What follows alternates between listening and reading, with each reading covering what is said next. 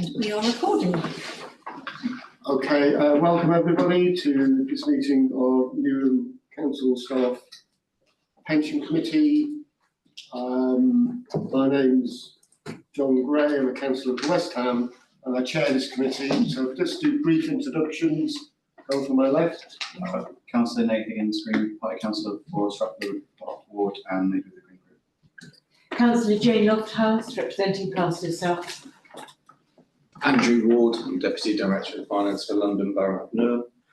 Mania Hall, Head of Finance with responsibility for the pension scheme. Rakesh Rajan, Manager for the Pension Fund. Pauline Egan, Democratic Services. James Cox, AD for Transactional Legal Services. Kirsty Stephen from Barnet Wadham. Pete Smith from Barnet Wadham, Investment Advisors. Jackie Andrews, Pensions Contract Manager. Representing Cannington House. Councillor Winston, Board representing for yourself. Councillor Zielicka from District East. Right, and Gloria, can you introduce yourself on screen, please? Gloria Henson, Unison Branch Secretary. Server on this committee, and James, is that you or another James? As James Grant. James, introduce yourself, please.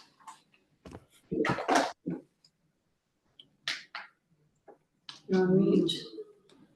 Okay, obviously some difficulties. James, you can explain. Oh, sorry, James Grafton is a pension administrator officer. Okay.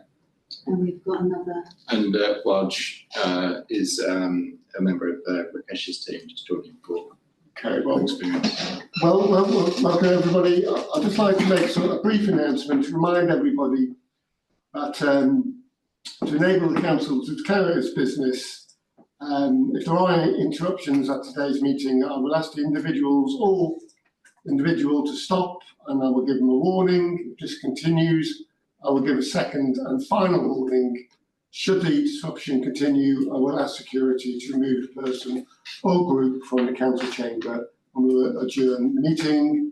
And just say thank everybody for turning up at short notice. The venue was changed on a serious incident yesterday evening in Newham, and officers decided to review the arrangements for this meeting in light of this incident and for the safety of not only councillors but officers and any members of the public.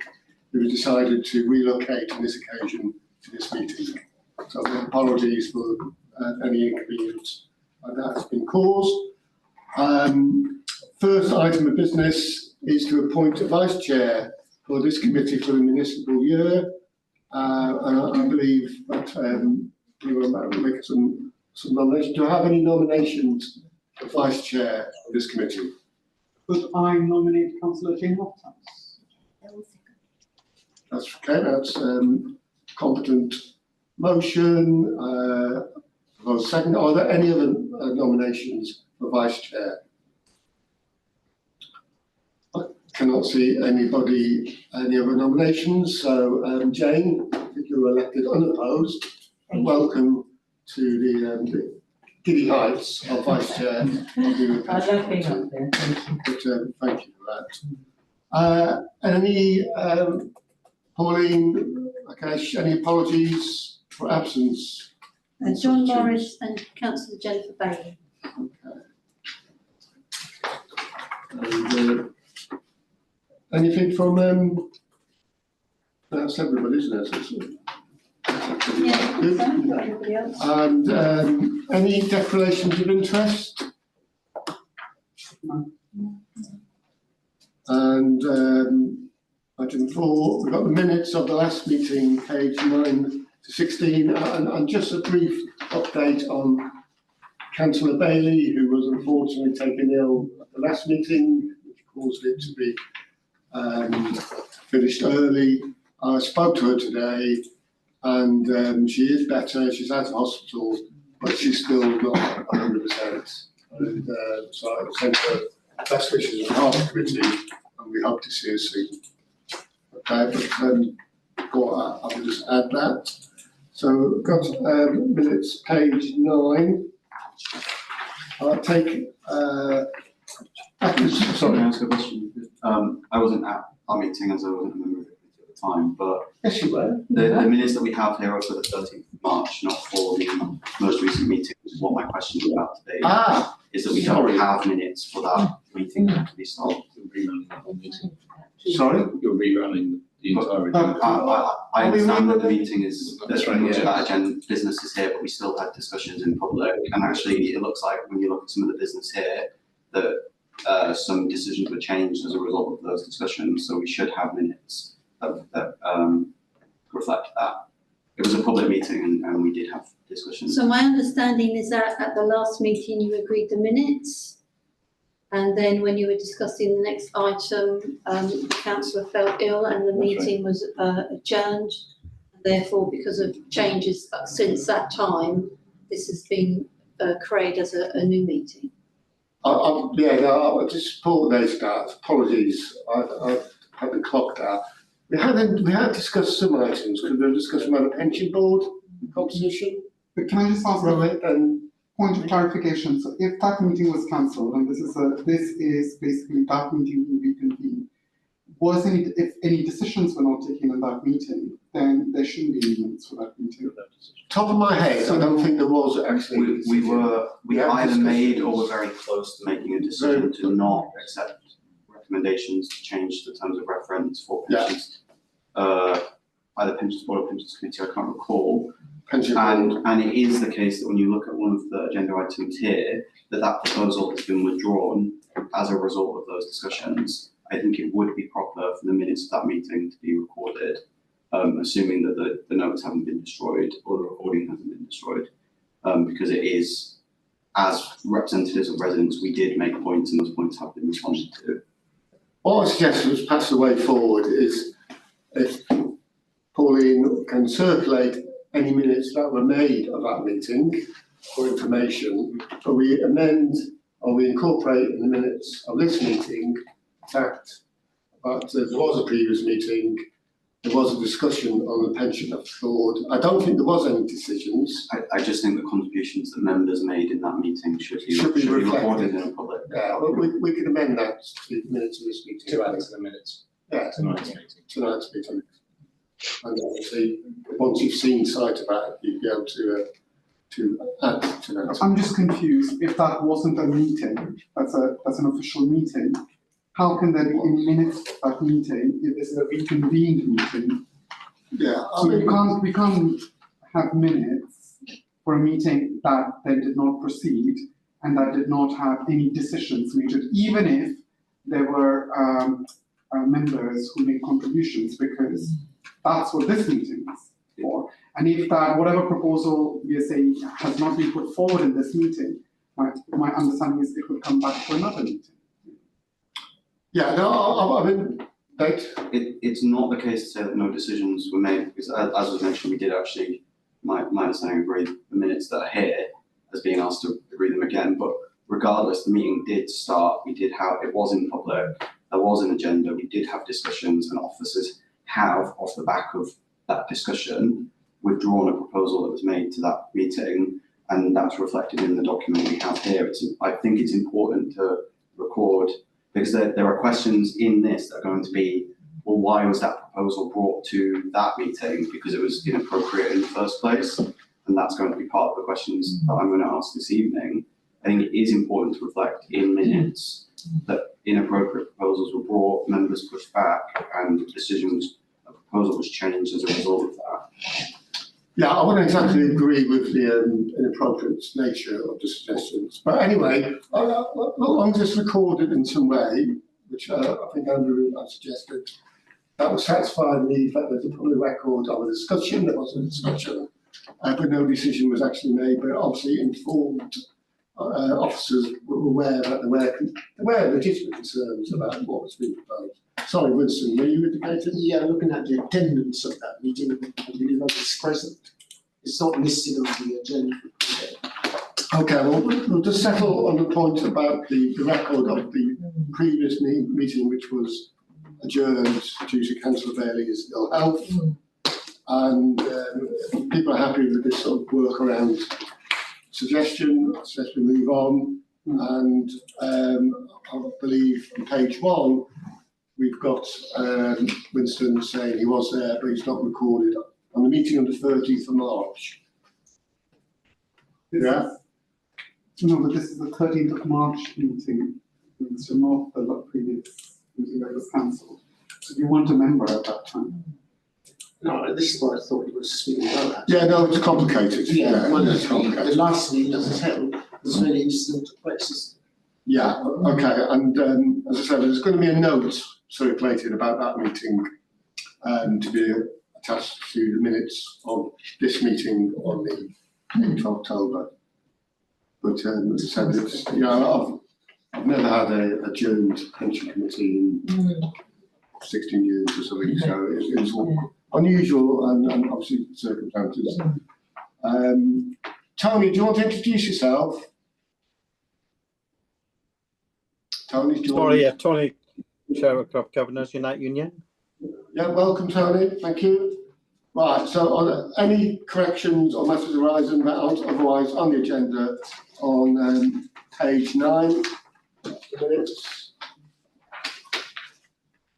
Page 10.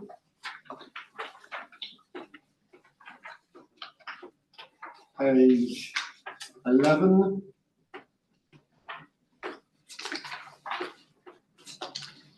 Page 12.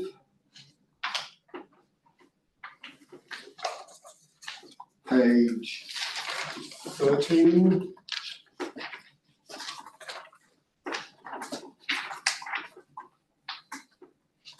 Page 14. And page 15. Okay, I'll take that. Those minutes as agreed. Is that agreed? Yeah, I'd like to record an function. I wasn't present at the meeting, so I can't. Absolutely. Right, so moving on.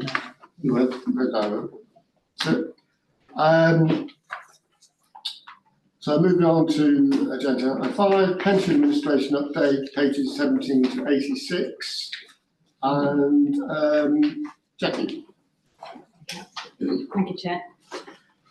So yes, in my pension administration update, I will be going through the latest regulatory changes and updates, the current performance of our pensions administrators, talk about the code of practice from the pensions regulator, the latest meeting of the Union board, our valuation, and excuse me, the pension administration strategy and charging policy consultations we wish to get agreed. So McLeod was the age discrimination case that was brought against other public sector pension schemes, which when it was agreed that it was age discrimination, all public sector pension schemes had to amend to ensure that there was no age discrimination and that people were not worse off underneath the new pension regulations.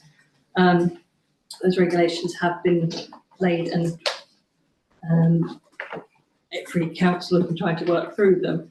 Our pensions administrators have been working through calculate various different types of calculations to ensure that any members retiring currently, that a check is made on their benefits to ensure that they are not worse off underneath the current regulations than they would have been had the old regulations continued.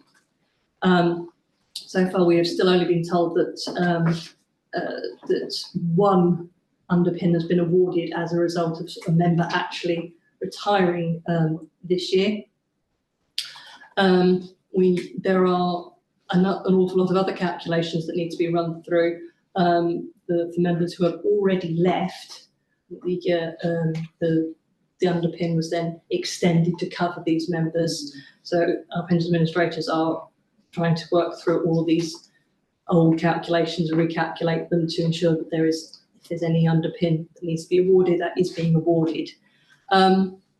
Unfortunately, they only at the moment have the facility to do some of these calculations rather than report on the results of those calculations. So I keep asking for confirmation of numbers and the total cost so far of the underpin that's actually been awarded, but those figures are not yet available, I'm afraid. And unfortunately, it was a fairly short period of trying to get the implementation of these regulations in place, and as I said, an awful lot of calculations that needed to be amended now to integrate an underpin calculation that didn't used to be there. And unfortunately, our pension, the providers of the pension administration system, our administrators, did not manage to get all of the functionality in place before the deadline of completing all the calculations, which was the 31st of August 2025. So we exercised our discretion to extend that deadline to the 31st of August 2026. They're still working through cases at the time, so that they're not stopping working. Anybody who is, they come across an underpin, it is being paid as we go through. It's just they've been given another year to actually complete all of the final calculations. Having spoken to a large number of other London councils, this is actually been quite widely used, this discretion through London. So we are definitely not the only council that's had to exercise this discretion. Several others are, and even several others on different pension administration systems have had similar difficulties as well. Pensions dashboard. The work on that is still carrying on apace. The deadline for connecting to that is actually the 31st of October 2025, so the end of this month. Unfortunately, again, the providers of that pensions administration system have said that they have come across a technical difficulty. I didn't elaborate too much because unfortunately it would have gone over my head as to what it actually means. And it means that the connectivity is unlikely to take place by the end of this month. We have had it confirmed from the pensions regulator that this is not going to be a material breach. We do not have to report ourselves for this. However, we should still let the pensions regulator know that we are not going to be able to supply our information quite on time. There is still no full date for when the public will be able to actually view the information in the dashboard, and we don't actually expect that to be until sometime in 2027. So there is not any impact on the wider public. We do not expect there to be any impact because we expect the connection to be made within the next few months when final testing and completion of the connections be made. Just on that, Jackie, so I mean, by 2.6, bottom of that paragraph, all public sector pension schemes must be connected by 31st. That was the instruction, yes, we are not going to make that. Right, okay. So it should be, so must be should have. Well, it says in the regulations that we must be connected, but you know, we cannot. If we cannot, then we will but inform the pensions regulator that is not going to be possible. No. Thanks, Chair. I understand what you say about how this is unlikely to actually have an effect on the public. So that's not too much of a worry, but it is a worry that there's a delay, that delay is being discovered so close to the deadline, and that the response to that is for such a significant increase to the deadline between 3 to 9 months, depending on how you define the first half of 2026, which is quite a long period. And then I'm also quite concerned by, being told, oh, well, the reasons just go over your head. That might be the case, but it means that we can't do our jobs of understanding where the systemic problem is and what risk that means for other things. So like, what's if the deadline is missed and there's kind of no accountability here, or perhaps with you, I'm not sure, like, where is that accountability? Like, who is digging into the reasons and pushing back? Because we can't, because we're not being told. For starters, I'm afraid I don't see where I said that from the first half of 2026. It's what it says Is in the that report. the estimated time of the members' connection? It's 2027. Maybe I misread it. When are we expecting to connect if it's not? We going to haven't be- been given any information yet because testing on correcting the issue is still going ahead. We do not know when the latest release, the correction of that problem will be put into the pension administration system, but I'm expecting it within the next couple of months. I guess it just feels quite like lax. Like we've been told the deadline is being missed. We're not being told why, and we're not being told when to expect it. We're not being told what has changed as a result of what we've learned. Like what's the point of a deadline if it doesn't lead to any kind of internal pressure? We are putting pressure on. Because the pensions administration system itself is actually used by quite a number of councils across the entire country. They are all putting pressure on them to get that fixed, sorted out. So we are far and away not the only council affected. There are quite a large number, and some of them are very large councils as well. I understand that. It's pushback. just as councils we're told all the time whenever anything goes wrong, oh, this is also affecting 10 other councils, but we're not councillors for other councils, we're councillors for this one, and it's our role to understand what's going wrong and make sure that the causes of that, the root causes of that are understood and being addressed.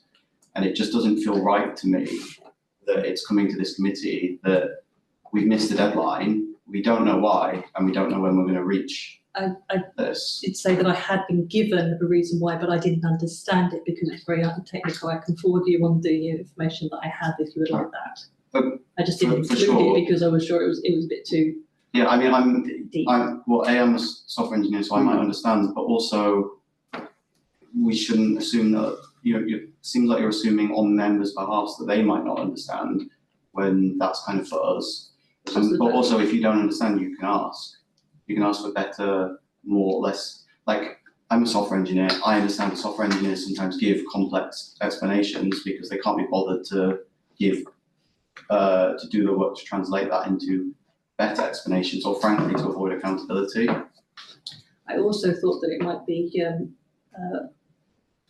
sensitive information, sensitive corporate information that shouldn't be released out into onto the full. Jackie, can I suggest on this? I probably won't understand the explanation because software engineers aren't. But if you were to circulate the information and actually take away for future reference, that because it's not good. We've got two missed deadlines. One is misfortunate, two is just the same. Anyway, but just to be clear, Jack, I'm not. Software issues happen. Yeah.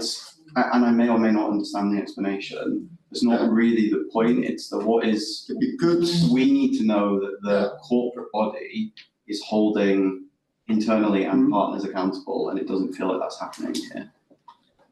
Yeah. And so, does that make sense? Yes. Yeah. No, thank you. I was just going to ask a question about. From my understanding of the pensions dashboard, it's supposed to be an online facility for people to find out what their pensions are doing. Local governments, I've got about 5 or 6 different schemes. So by the public in 2.9, we'll be able to access. Does that mean our beneficiaries, or does that mean everybody in 2037? The full public. Full public. Yes. Okay. All of the information that we provide onto the dashboard will then be available for the public to view at some point in 2027. That's the latest information we've got from. And this is a standard item on your business report, so Yes. we'll keep an eye on this as And well. will be until it's business as usual and has been for a while, I would expect. Okay, lovely. Please carry on. My next point was the fact that we had a consultation on amendments to the local government pension scheme. This was launched on the 15th of May 2025 and closed on the 7th of August this year. The majority of a large number of the changes are some small changes to the benefit structure to make it fairer as a result of previous challenges to the regulations, like sexual discrimination and things like that, and age discrimination as well. So some of the proposed changes have been equalising all survivor benefits, because at the moment there are potentially different levels of benefits paid out for depending whether you're a widow or a widower. Removing the age 75 limit of death grant entitlement, and also making some changes to authorised absences. The consultation has now closed, and we are expecting proper feedback from the government on the results of this consultation. We think a few things that they suggested are going to be tweaked, but most of what was actually put into the consultation is going to come into effect. And the latest information we have is probably come into effect. The changes to the regulations probably come into effect from the 1st of April next year.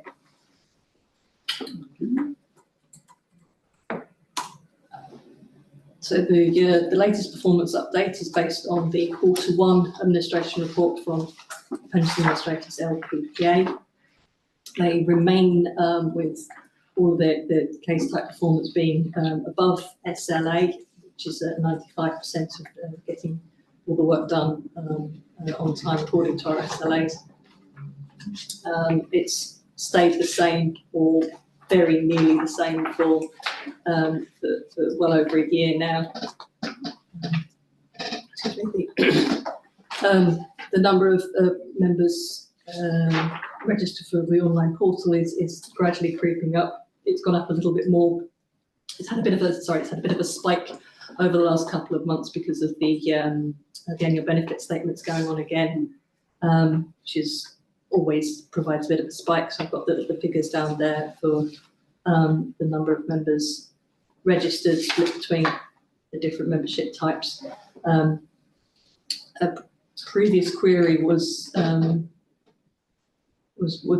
how many of those pensioner members actually registered once they were still either active or deferred members, because being a pensioner, you don't get an awful lot of information on the online portal, because Newham actually pays the pensions themselves, so our pensions administrators have no idea about pay slips or anything like that. So there's very little information that's actually relevant for a pensioner on the online system at the moment. But LPP is still working on the providers of the pension administration system are working on a report to get that information to me. However, it is low down the list of priorities, because of course fixing other big problems are a much higher priority at the moment, I'm afraid.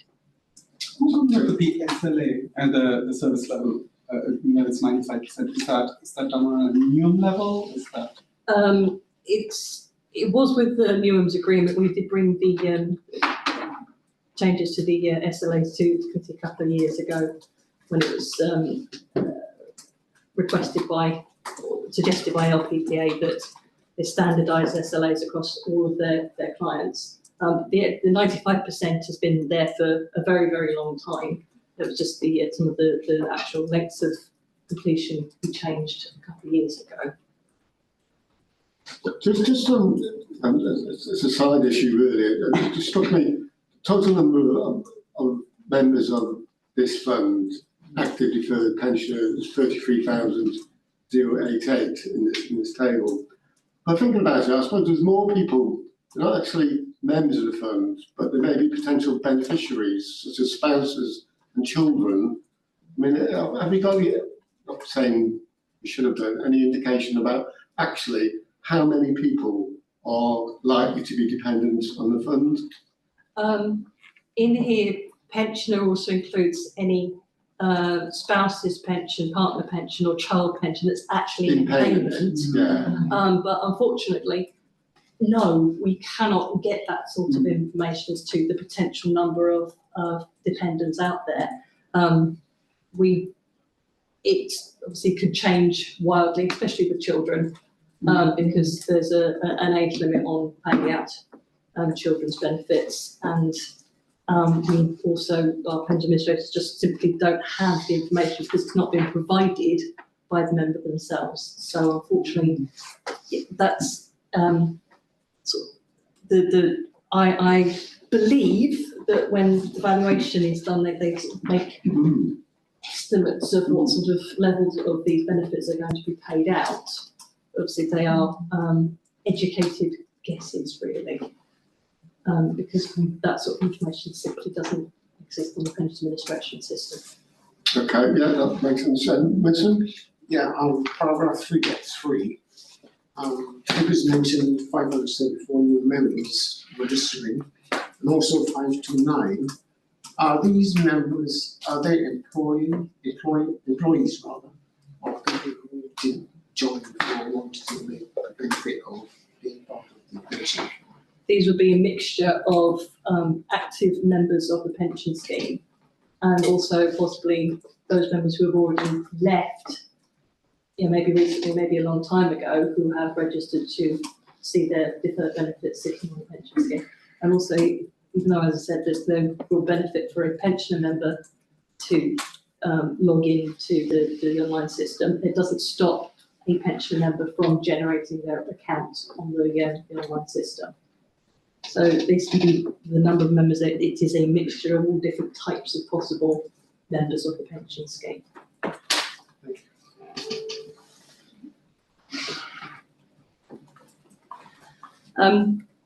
Code of practice. So the pensions regulator obviously brought in a new general code of practice last year.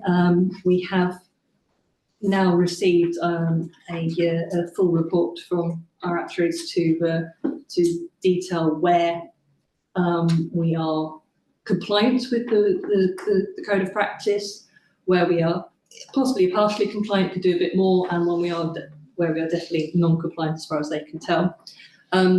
So we are preparing a full plan to ensure that we are in full compliance with the code of practice, and this will be initially presented to our local pensions board before we take the agreed plan to committee.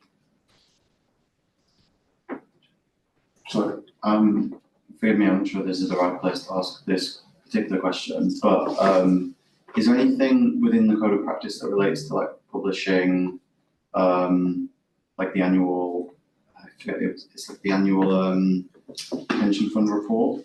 Because I'm aware that there hasn't been, the 23-24 one is still draft, and the 24-25 one hasn't been published I yet. have the 24-25 ready to go. So And as far as I know, the most recent valuation hasn't been published either. Jackie, I think there's the board annual report and there's the budget. oh, beg your pardon. Yeah. Yes, sorry. I might be misunderstanding what you're. So I'm referring to. not, the council has a page about the pension funds. It does, with, yes. Like the annual reports, and the most recent one is 23-24, but that's still marked as draft. The 24-25 one is not there, and I've also been told, I don't know, that the valuation hasn't been published. Valuation isn't finished yet. So, The 2025 valuations. yeah, the 31st of March 2025 valuation is not complete yet. We've got some initial results back from our actuaries, but we have not got full results yet. So that is not ready to be published. Do we know when it will be? It will be hopefully done by end of November, sometime in December, is what we're currently working towards. And where will that be published when that's ready for publication? So I'm afraid I. So there'll be the valuation training anyway, so the actuaries will go through the valuation with members. Sure, I just mean for members of the public as well. Where will it be published? So, sorry, you're talking about the triennial valuation? Yeah. So the rates and adjustment certificate gets published on the 31st of March. It becomes enshrined from the 1st of April next year. But we'll be providing training with the funds actuary. We're looking at next month, but we'll finalise dates and then add as part of the QSR a separate training. That's useful for me, and I'll look forward to that training, I'm sure. I just mean if members of the public want to see it when it's published. We have the previous valuation report is sitting on the pension fund external website, so we'll update that with the 2025 and that's ready. With regards to, so I've now brought up that page, I can see that, yes, I was misunderstanding you about the pension fund annual report. I'm afraid I'm responsible for the pension board, so I'm not sure what's going on. For sure, I'll find that and one out, I'm afraid. I'm new to the committee, so I'm learning who's responsible for what, but does anyone here know why the 23-24 report is still flagged as draft and why there's no 24-25 report? I will check on it. It's actually, it has been finalised, so I will check that it should be updated onto the website. Okay. Yeah. And this year's report will be it gets published after the auditors do their final checks, and that's normally published by the 1st of December. Okay. Thank you. And it normally would go, the process would be that it would go to the pension board, because obviously that side of it is looked at then, and then obviously we will get a copy of that as well. And then it'll go on the Nottingham Council website. That's right, yeah. Thank you. Okay, thank you. Pension board. Pension board, yes. So we have not had a pension board meeting since the 9th of July. So the last pension board meeting was on the 6th of May, which was actually the AGM. And we discussed the latest administration report. I beg your pardon. You'd think with new glasses I could actually even read what I've written. I do apologise. So we had the AGM on the 6th of May. If I make it bigger, it might be helpful. We had the AGM on the 6th of May, and then on the 24th of June, in February, we did have a meeting, and that discussed administration report from LPP, pension administrators, legislative changes. So I told them about the consultation on the regulations. We discussed the fund register, and we spoke about employer work as well. The total membership is just gradually creep up. I have given a table, update on the table there of the current number of active members. It did actually go down from Q1 of this year, from Q4 last year to Q1 of this year. The reason for that was the vast amount of data tidying up we were trying to do to get records amalgamated in time for the valuation, so that would be accurate as possible, and to get as many lever forms processed as possible again, so that the members, the benefits are in the correct state, and the data that went up for valuation was as clean as we could make it. Pensions board terms of reference. Do you want me to pick this one up? Okay. You don't mind. So in terms of reference, so apologies, last committee I wasn't present to have the discussion around the changes to the proposed changes to the terms of reference. So just to kind of set a bit of background on it, essentially we had 3 members, member representatives, all set from the nominated from the trade unions. 18 months ago we lost one through resignation, and we were losing another one in August through leaving the authority. And we were having difficulties recruiting or receiving a nomination back to the trade unions at the time. So that's where we were looking at how we can ensure that the board would have been stable to have 3 members always to ensure a quorum meeting. So the idea behind it was to have your trade unions, and if your trade unions aren't able to fulfil a nomination, we'd go out to the wider fund members to fill the vacancies. Instead, there was a number of challenges, and off the back of it, we agreed we'd go back out to the unions with one final, essentially, reminder of the responsibilities around the pension board, and basically a final one if you can do it, otherwise the terms of reference will be pushed back to sort of committee for a decision on how that's going to be reworded. And thankfully, off the back of that final correspondence, both Unison and Unite were able to nominate members. As such, we kind of pulled the idea of changing terms of reference for this committee, although it's still, I believe, a kind of a risk to have a small cohort around trade union memberships solely.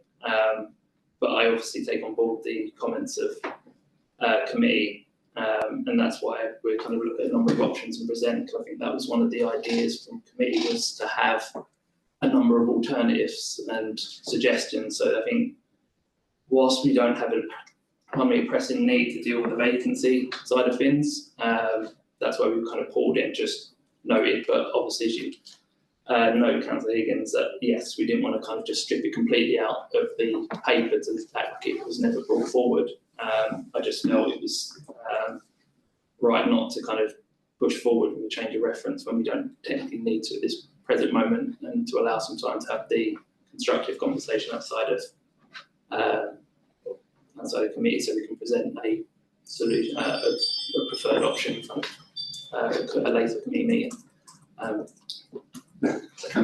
Thanks, Chair. I'm really glad to see that we've been able to get the nominations onto the committee, and that the change to the terms of reference is not being proposed now, and I accept what you're saying about the ongoing risk. I'm just looking at, like, it seems that all that needed to be done, and I don't want to diminish the work, but that a letter was sent, and I'm just wondering if that's what it took, why that wasn't tried before the terms of reference change was proposed in the first place, because that's quite a heavy change to make, and clearly one that members were quite uncomfortable with. And then, sorry if I could just say one thing, since those nominations have been made, has there been any kind of engagement on what the difficulty was from the union side getting to that point? You know, like, people are busy, and I don't know if how much time commitment it is. Is there any remuneration? Is that an option available? Is that something that other pension boards do, for example?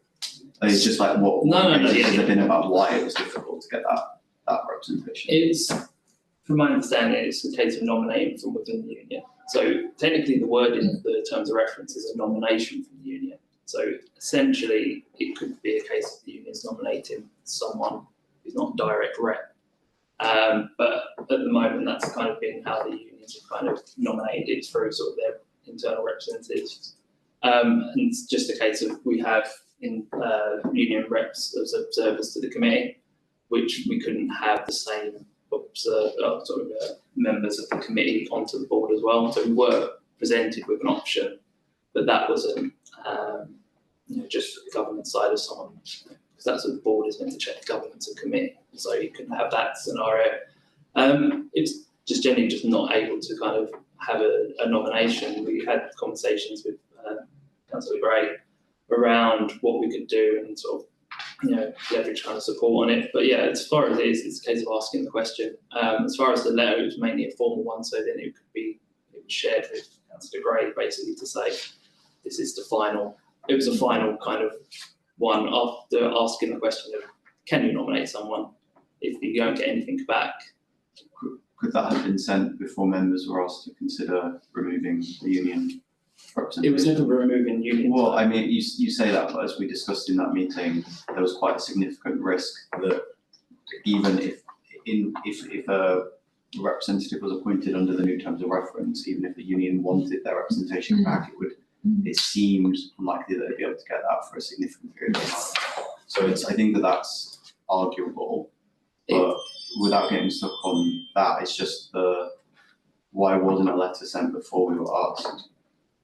The letter was just more of a formality, because essentially we've already, in an email. You said it was a formality, but it worked. I mean, if I might intervene, there had been, and again, as a new member of the committee, I'm not surprised about your concern, and I was welcome, but there have been quite a lot of discussion and correspondence, personal discussion as well, and trying to get a representative. And the unions are busy, they've got lots of different stuff to do. It's not just here. I sit on the Tower Hamlets Pension Board, the trade union rep, and it's difficult.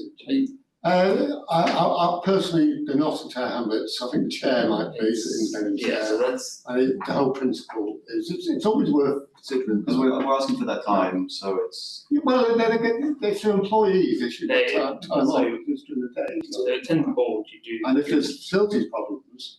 So yeah, I mean, it was just one of the things that I think perhaps sometimes when Again, I'm not talking for the unions, and Tony and Gloria can jump in if they wish, but they've got a lot of things to do, and sometimes, you know, sorting out nomination for the pension board isn't quite on top of their list. So we needed a letter. I wanted to write a letter myself. I was asked by officers not to do that. They considered it inappropriate, but they used, just to add to the urgency that.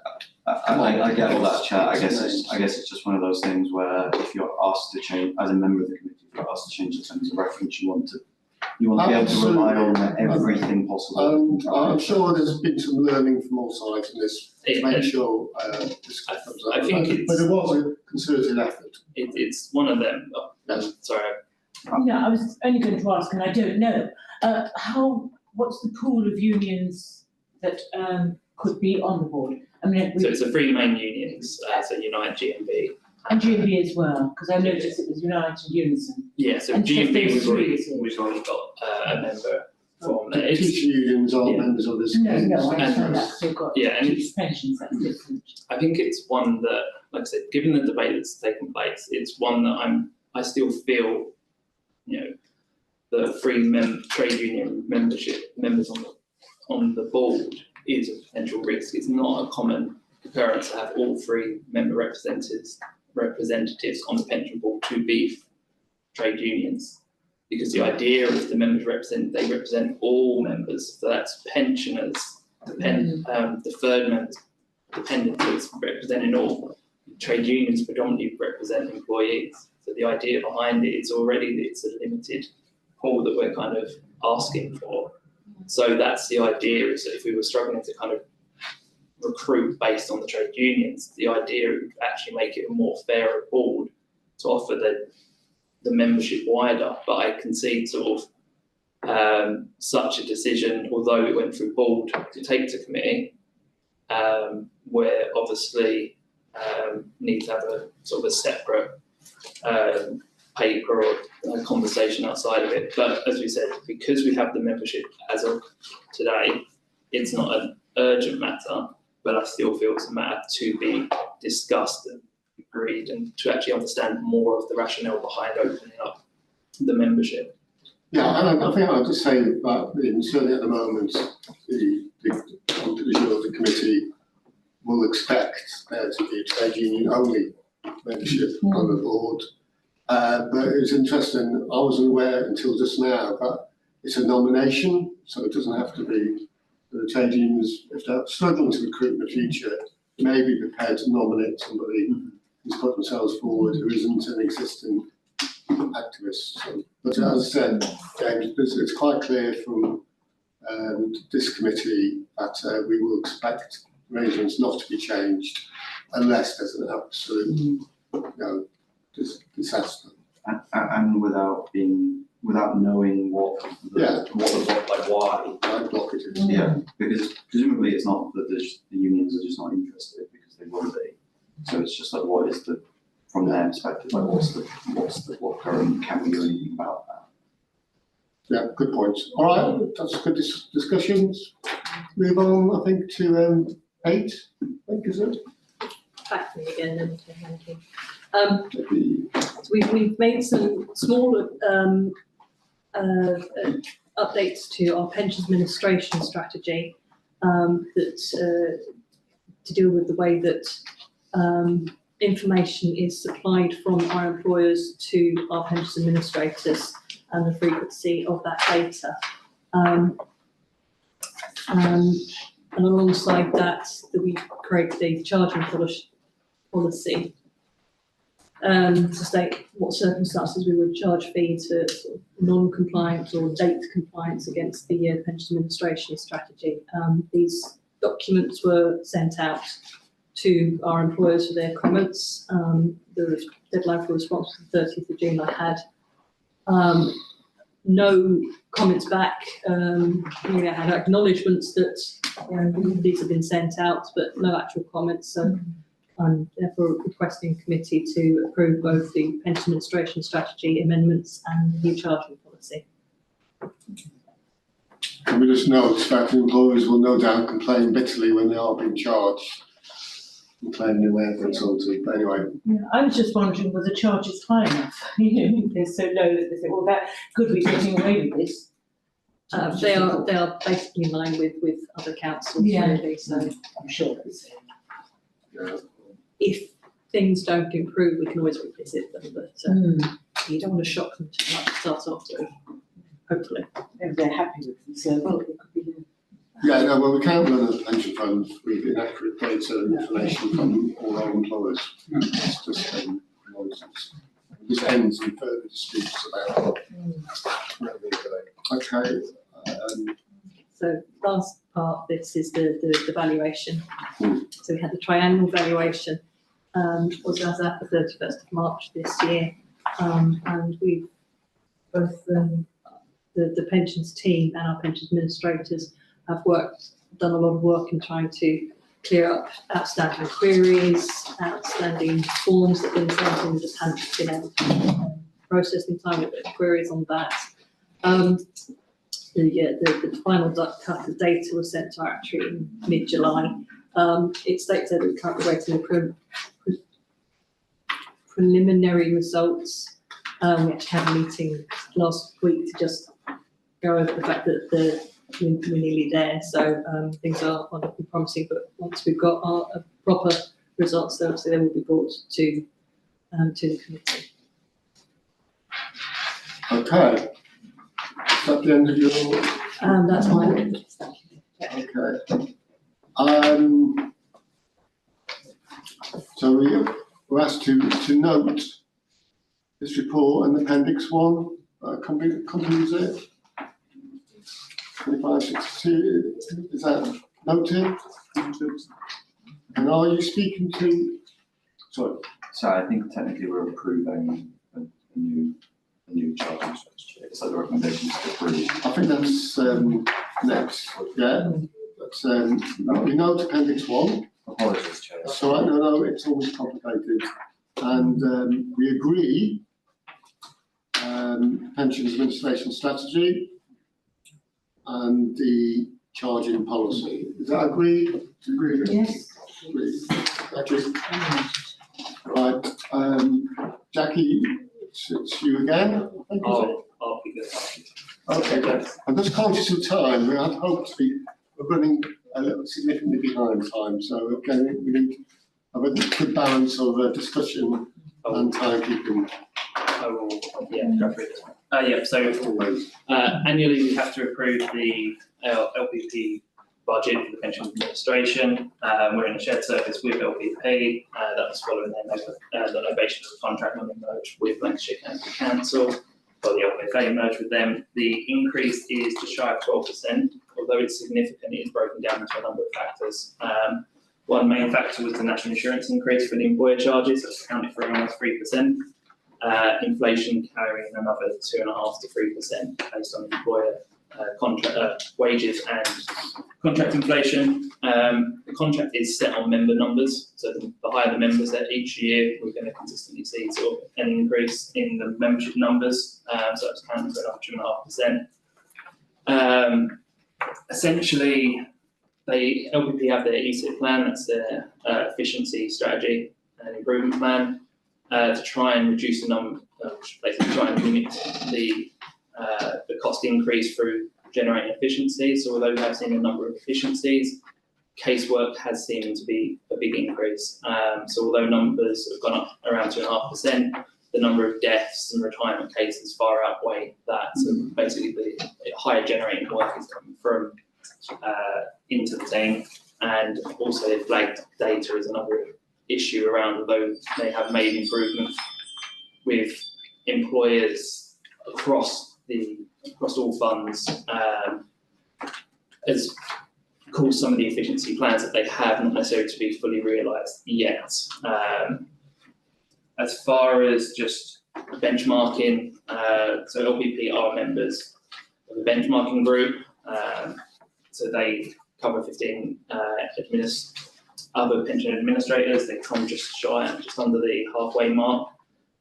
In addition, as a fund, as part of our annual reports, there's the LGPS funds account return that basically shows the cost of administration, but also investment management costs as well.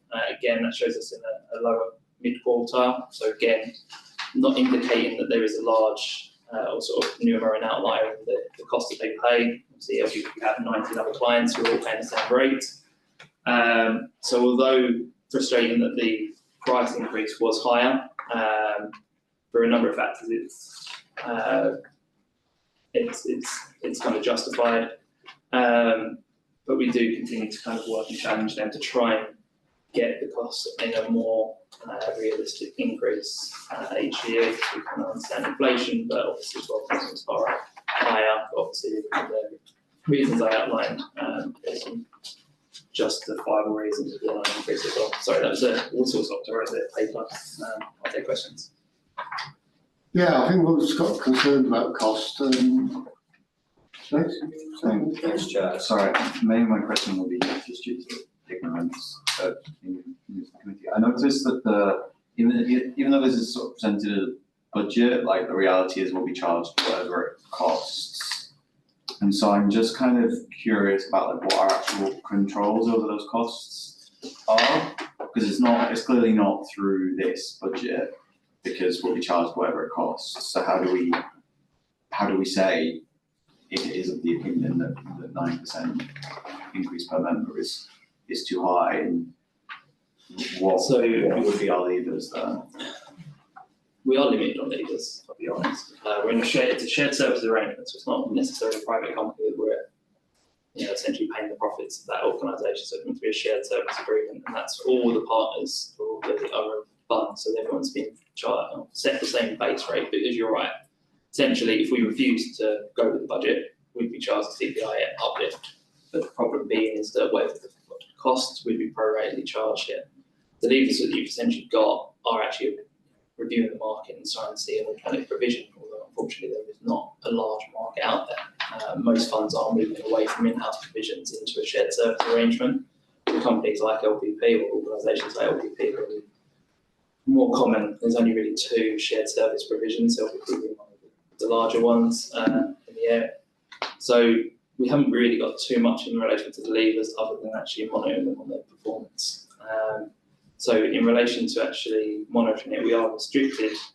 However, we obviously see the quarterly updates on the finances and challenging as we go, and obviously present the budget here, obviously for challenge and openness around the price increases that we are faced with. But yeah, obviously we're in contact with other authorities, but there's not necessarily an approach about trying to force down the prices.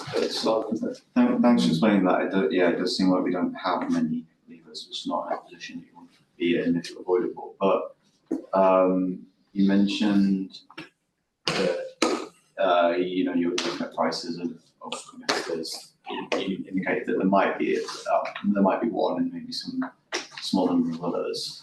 What is the kind of trigger for going, hang on, this is a significant enough increase that we're going to consider our options? Because it's not 11%, or 12%, so I'm just wondering what is it? Yeah, as far as actually, it's a combination of a number of things. Obviously, it's a service deliverable. It's one of the key sort of drivers for it. As far as the LGPS market anyway, it's becoming a more complex industry anyway, the amount of regulation changes that are going on. So change is kind of always a constant in there. So there is an expectation that the administrative burden is always going to increase. So there is going to be likely rising. In relation to when will enough be enough, service delivery is definitely going to be one of the key drivers for it. And then essentially look at what are the alternatives. At the moment, the alternatives wouldn't necessarily generate an annual price decrease. There might be slightly cheaper alternatives out there, but then the project to actually bring a change in pension administration, so you'd almost be having sort of 5 to 6 year payback period. I totally understand that. I guess from our perspective, what matters is knowing that if those considerations changed or the balance changed, that's being looked at, basically. Yeah, that's the whole reason we contract management for their service delivery. And that's the kind of one we'll take it on the level of complaints, the level of service, the way that they keep it to their SLAs. Yes, price is a major factor, but given the size and scope of the LGPS, it's as much on the service delivery. So as far as it is, you would just take a number of factors into it. But yeah, as far as price uplift, it's always a conversation that we have. It's 12% for the next 4 years on the bounce. I think that'd be a different conversation. What was it last year? Sorry. I could have looked that up myself. Can I suggest, though, I mean, it's a completely fair point, and there are mechanisms just to challenge, obviously, if we thought the company wasn't being run properly. But yeah, a couple of years ago, there was a flurry of discussion about London Civ. There's been a London-wide administration body owned by the London Borough. Yes, Shared. So, I mean, is that any further? I mean, consolidation is the name of the game in pensions. So. There was initial scoping conversations around it. So there was all funds who were sort of in-house providers, or beginning for not knowing the other shared service provision. It will come to me probably after I finish presenting. But essentially, we're on a call, and that's the idea, is that there would be more localised consolidations of the pensions administration function was one of the proposals. It's not really got anything further than just what would it take in order to consider it. So it's in the, I wouldn't even say early stages of scope, and it's more of just fact finding. There hasn't been a follow up to that session. But that's potentially the direction of travel, that it would be more common to have funds administrations joining together to come as sort of an administrative offering, and then from there it would probably aspire into being sort of like an LPP where it would work in the same sort of mechanism. So at the moment there isn't other alternatives popping up. So we are kind of limited, but yeah, that is something that's in the background, but it really isn't at a stage to consider. That's fine. I guess more of a comment, but it does seem a significant risk that we effectively don't have levers of the cost. And so I don't, obviously continuing to investigate that would carry a cost as well, but it's not a comfortable position to be in. If there is anything that we can do about it. I think sort of just talking across is, at the moment, officers accept that these cost increases are likely to be justified. If they didn't, there'd be a different conversation. But I think it's going to be no state secret to providers if they keep coming on with above inflation cost increases, then we're going to start to look at somebody else, without a shadow of a doubt. Yeah, we are. At the moment, I think officers look at the arguments and say, okay, I get that. But if this continues, then there's got to be a better way of finding a cheaper service. Sorry, James. Want to anything more to say on the budget? Any of the members? Sorry, I did have one. Sorry, Chair. It's mentioned obviously that any difference is either charged or refunded. Does that get notified to the committee at the end of each budget period, like the variance? Is that just part of the council's overall budget? It wouldn't be because it's the fund. No, so it's separately for the fund. It hasn't been, but it's only something we can bring back to. There wasn't a true up figure last year. There wasn't true up. There wasn't sort of a surplus or deficit that was charged back to us. So we got the number exactly right. Not necessarily that. Not. Yeah, so this was one of the questions I kind of had with LPP because, James, if you could speak up. Sorry. Oh, great room. So essentially, it was actually going to be a deficit. However, internal accounting put it back to sort of, basically said there would be no further charge onto it. So they forgave the deficit. Very generous.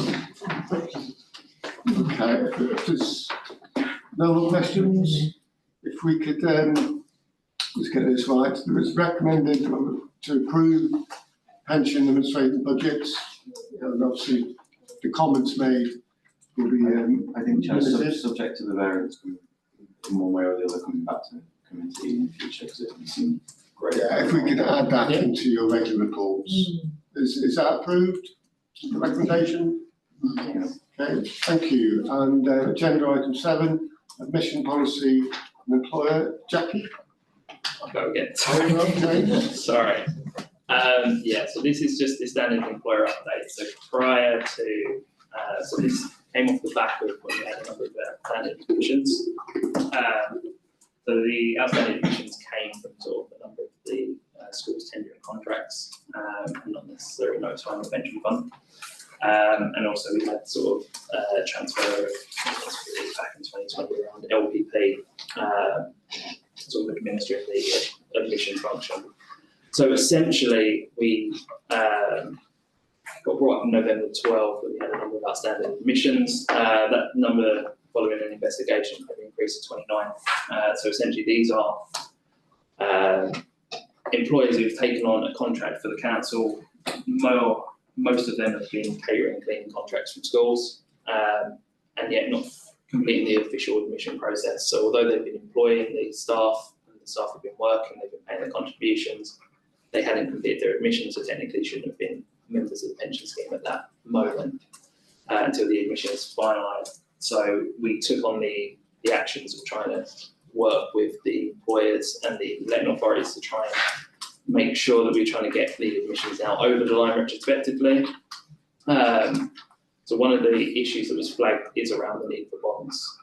So that kind of takes into the first kind of paper or decision was the admission policy. So at the moment, the admission policy needs all new employers to obtain a bond or a guarantor in order to gain admission to the fund. Moving into sort of a more modern approach is to look at actually pass-through arrangement, which is essentially the letting authority maintaining the assets and liabilities, and then the employer taking sort of paying the contribution side and taking on any other liabilities like strain costs if they made anyone redundant. So that's what we've kind of proposed as part of an admission policy, to try and recommend that's the approach going forward, because then it gives employers taking on new contracts more assurance around the employer rate, because the employer rate will match the letting authority. So that's just outlined in the first admission, the first appendix, the admission policy draft, that we're just looking to be approved. Because once we do that, then we can work with legal colleagues to finalise a new admission policy, so then we can start working on new admissions getting over the line on the new basis, rather than trying to force through the one guarantor. So since the last update, we've had 2 more admissions successfully completed, one being our larger outstanding issue around KDB. They've now been formally admitted into the fund. Post producing this paper, and a further 2 admissions have also been concluded. So that takes it to 6, with another, we're expecting another number to be by the end of the year. I'm hoping that number's going to double by the end of the year. So a lot of work's necessarily been done in engagement with employers and letting authorities today. Yeah, I kind of took, happy to probably take questions. I've just kind of gone out. Right. I think I might have asked this question earlier. So okay, so it's 2 parts. One, I mean, just having a look at the numbers for the members in these admission and bodies, they're quite small numbers. So what's the reason why they want to join this scheme? I'm guessing they might have another one. And number 2, what's the risk to us? Like, do we have a pushback? So it's essentially, this is why this paper has now become sort of a public paper. So before it was an exempt item, whilst we were toying with the idea of, is it a justifiable breach to the regulator? So we eventually decided yes, because although you're right, there are very small numbers for each of the employers, but there's a consistency. There's a number of outstanding admissions, and there's obviously an issue within the process. So that's why we raised it as a breach. As far as today, from the feedback from the regulator, it was a case of acknowledging it, and they will have stated that they would kind of respond that they require further information. At this stage, we'll take that as they've read it, and whether they kind of deem it as a lower priority, and that's why they haven't come back to us straight away, or whether they've just noted it for a later review. We haven't got necessarily that detail from the regulator. When you say why they want to be part of the LGBT, so it's basically the staff work at an academy or a school currently, so they're already in the old GPS. Yeah. So then the school or the academy have decided that we're going to outsource a cleaning contract or a catering contract. So the new employer takes hold of the staff for a TUPE, but then the staff transfer and still have a right to be part of the old GPS. So that's why we have to admit them, because the employer is not one of our admitted bodies.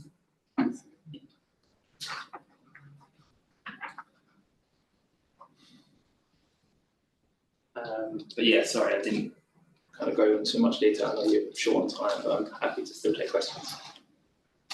Any more questions or points on this?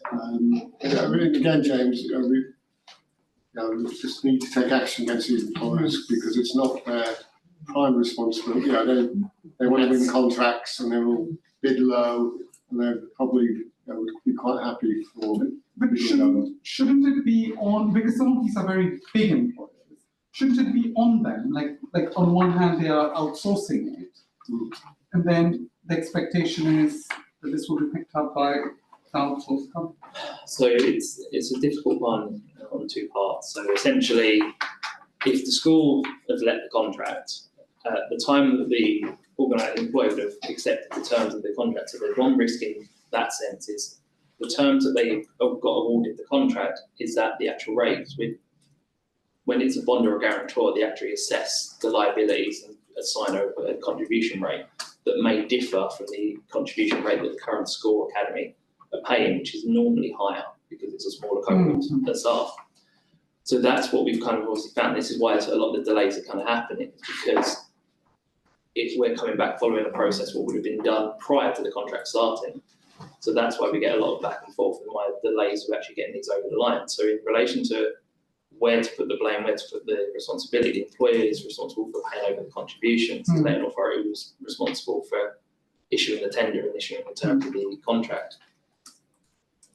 And it's trying to join the dots between the admission is actually what they should be paying, not necessarily what's put on the tender. And it's that difficult in that kind of the conversations you have why it gets delayed, because an employer would be turning around now saying after 2-3 years, I can't get a bond. And it's like, well, that was the term you should have agreed to as part of the tender. Yeah, however, that's kind of the questions that have kind of been coming back with them. So so this is why it's become so drawn out. We're making progress now, and that's the whole reason for the pass-through. Because one of the threats we sorry, that sounds a terrible word, but what we basically went back to the schools, the academies and the employers, essentially saying, if you don't get the bond or the guarantor in place, we're going to force you going down the pass-through route, and then essentially you maintain the responsibility for the assets and the liabilities. Although that's the process that we want to go down anyway. It's more, and then it's a case of then saying, well, the outstanding contributions are due. And the last resort really that we're going to do is invoicing schools for missed contributions, because although they're not liable to pay the contributions, they will certainly react to receiving an invoice for thousands of pounds. So that's the kind of last resort that we've kind of got to. For some of them, we're not far from doing that. Can I ask one more? I mean, I'm not quite actually sure this is in this context. But is this only for those employers who've been TUPE'd over to this company? So I'm imagining all the new employees that is coming to this outsourced route probably are on a different scheme, which is what I know a lot of universities have started doing because they don't want to put up on USS. So, but just so it's like a closed that I'm picking up in my opinion. So you're exactly right. So a lot of the contracts are closed. So new members will go be employed under the terms and conditions of the current employer, not the LGS. I'm just to reassure you, you would have support this committee for taking that action against schools because they've got a responsibility in getting this sorted. And I bet none of them have read the newer policy, even though they've been consulted on it, and they will kick off when they get these invoices. Anyway, any more questions or points? So if the recommendation to approve the admissions policy and to note the latest positions of employers seeking admission to the fund. Is that approved? Yeah. Approved. Okay. Thank you, Jackie and James. James Pension Fund Business Plan Update 131 on 78. Okay. Yeah, thank you, Chair. So this report, which was originally for July, has the comments there from July. The appendices that we have, both in business plan and the investment strategy update, are up to date as that to the second quarter. So just for consistency's sake, so that you have the latest figures there. So point 2, London Collective Investment Vehicle Update. So there was a response for future consultation where the government asked 8 LGPS pools across England and Wales to submit a strategic plan detailing how they are taking process forward. The London CIV submitted their plan. This was back in February. The CIV received a response from the government in April. The government relayed the support of the London CIV's proposal and commended their work. Outside of that, subsequent to that rather, I should say that there is also now within the CIV, just to give an update on that we have originally 32 London authorities, and there's an additional authority that is just been confirmed 2 weeks ago that's going to be joining the London pool, which is Buckinghamshire. Not sure if you're aware of that. So in fact, they will now have 30 because the other 2 pools have obviously moved funds with other pools. Also, the London CIV have launched an LGPS pass, and this is really to provide support services to the partner funds. However, these will not include custodian services, we've been informed recently, or the actuarial services. So that's something to bear in mind, and we'll discuss that further when we have the next QSR. I'm going to go through this quite at speed because I'm just conscious of time. I want to focus on the changes to the sub-fund launches. So the LCIV Private Debt 2 Fund, which was launched, Newham have actually made a commitment towards that, which was agreed previously. On the private equity side, this is something that is ongoing, being explored with the London CIV, and no, there's nothing that's finalised on that side.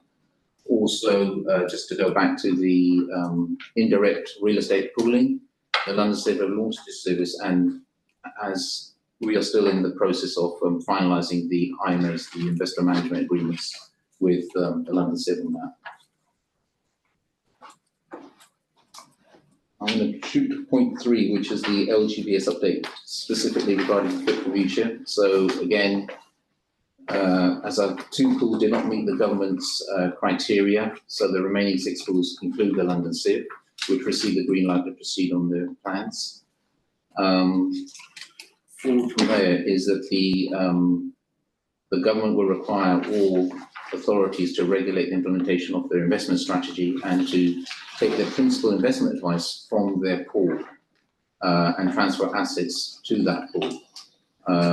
And this is to be done by March 2026.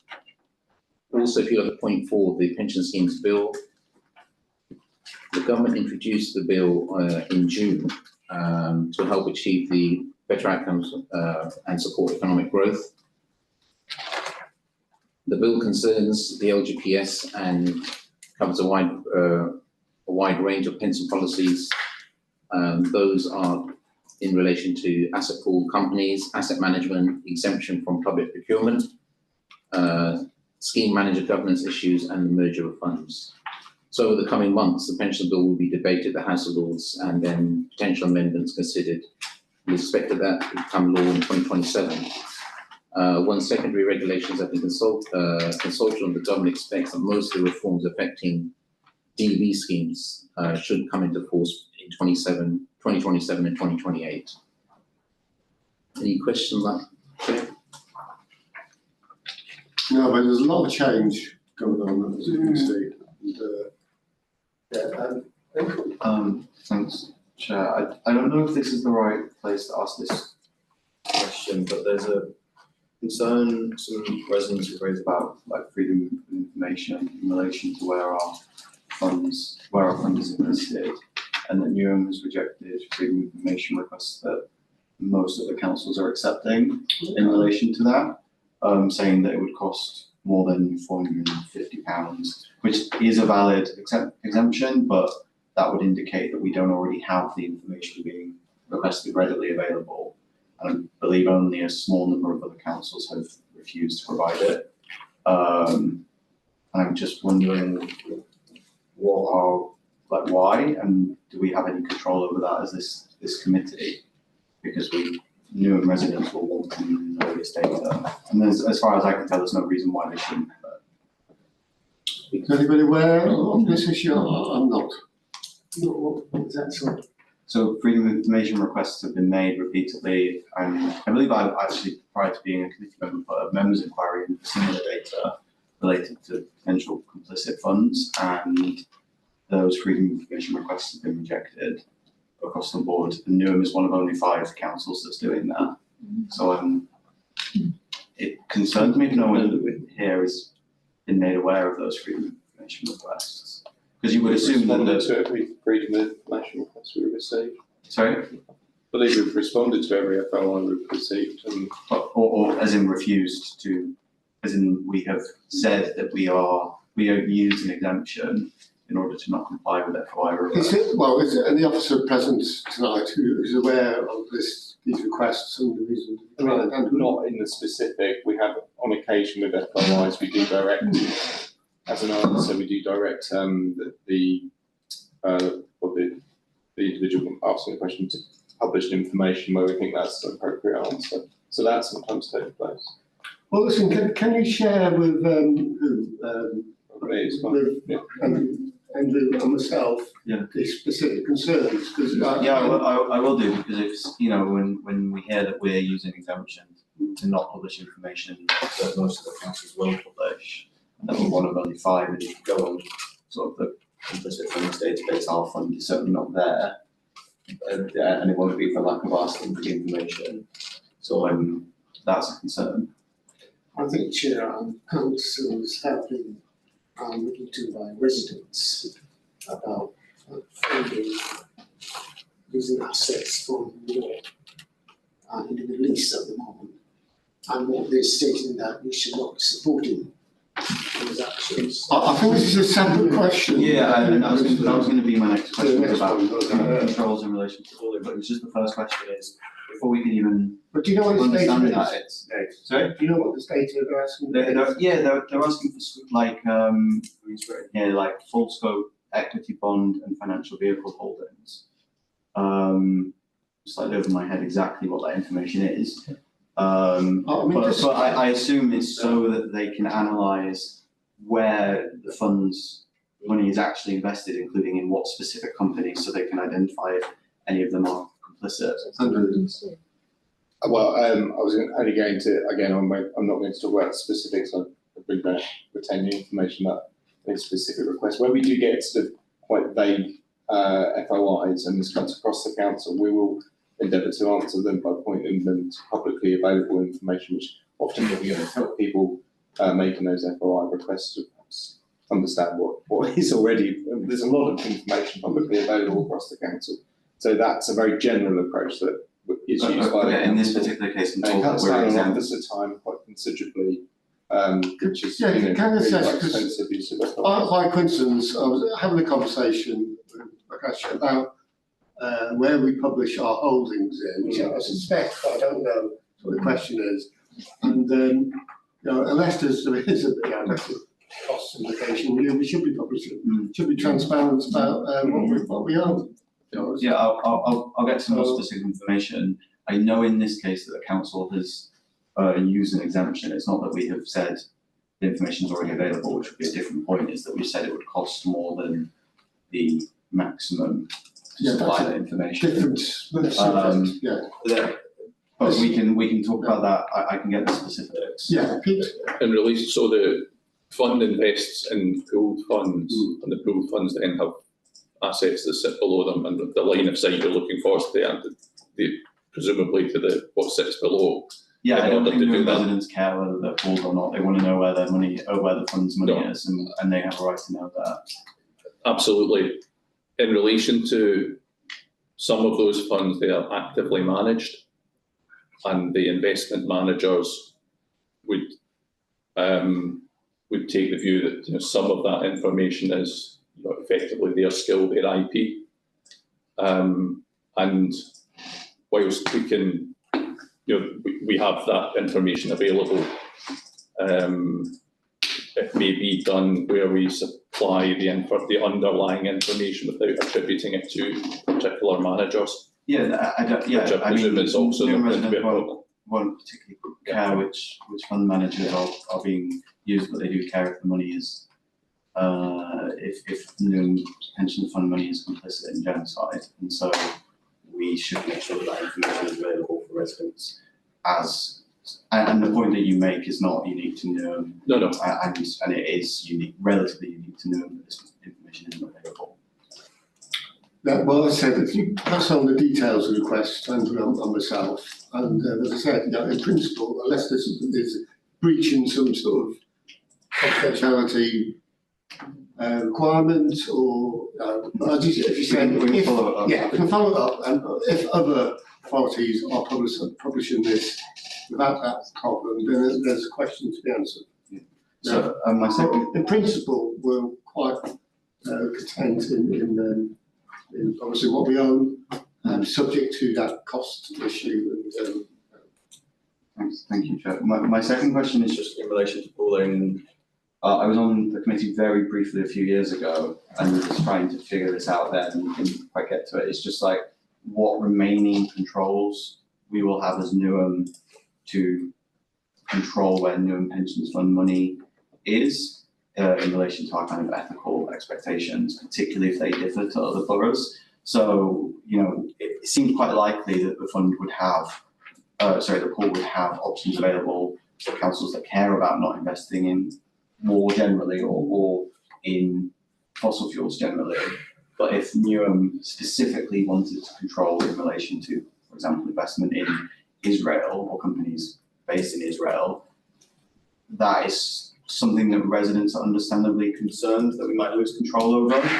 So I'm just wondering what remaining controls we will have and what that kind of governance structure looks like. So, LSIV will hire, forgive me, I'm probably going to use the wrong words, but like investment managers who will make decisions, but where there's a number of layers between us on this committee. So residents are talking to their councillors who are us, and then what's the levers between us and where the money actually ends up after this pooling?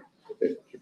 So the responsibility for setting the responsible investment ESG policy remains with this committee.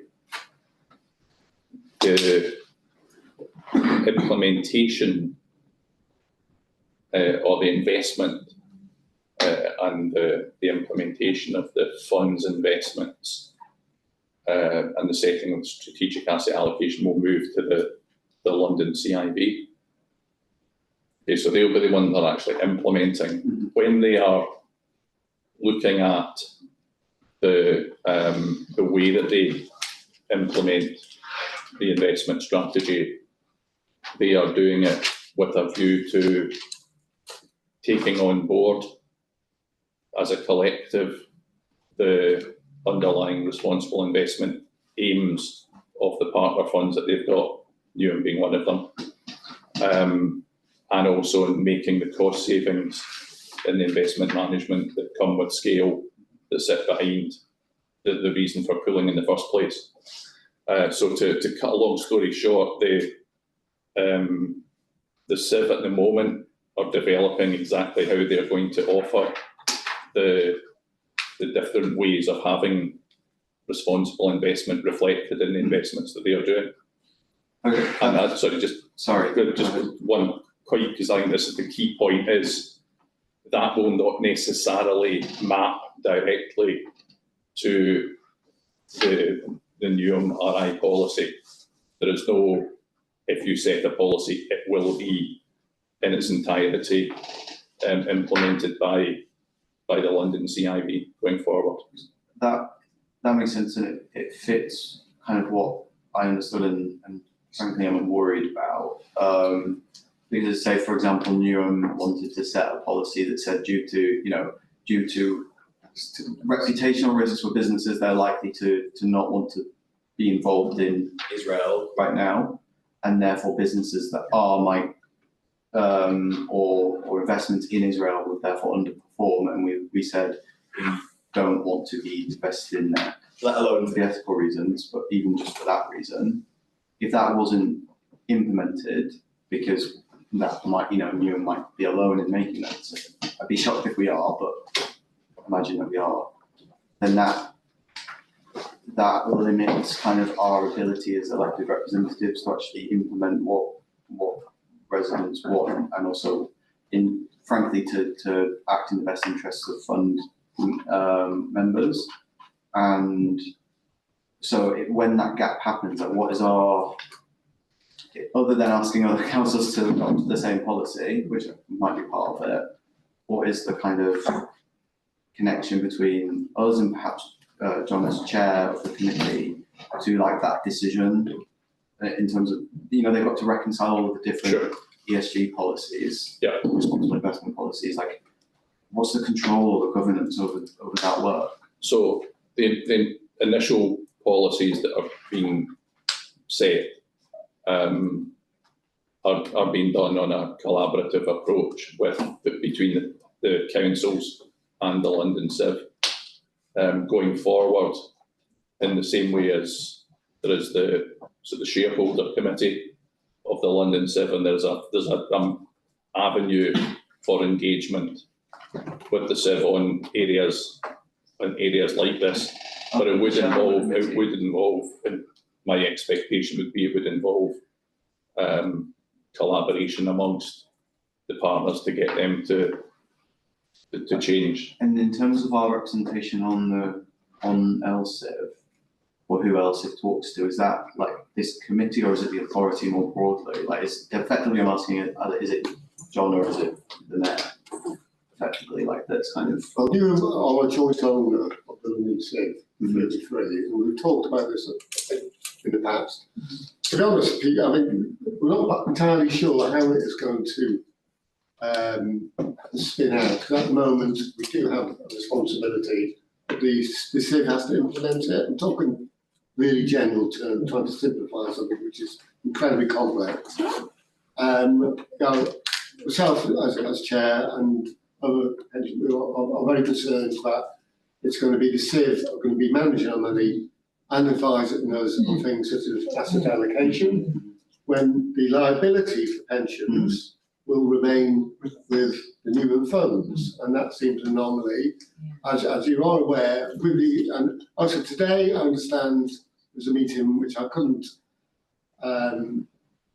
attend, where, look, in principle, as important as Newman's ESG fund is to me, to get things done in the world, it would be better if there was a single ESG policy covering all the funds, which would be agreed collectively, because the world will pay more attention to £25 billion of assets rather than £1.5 billion of assets.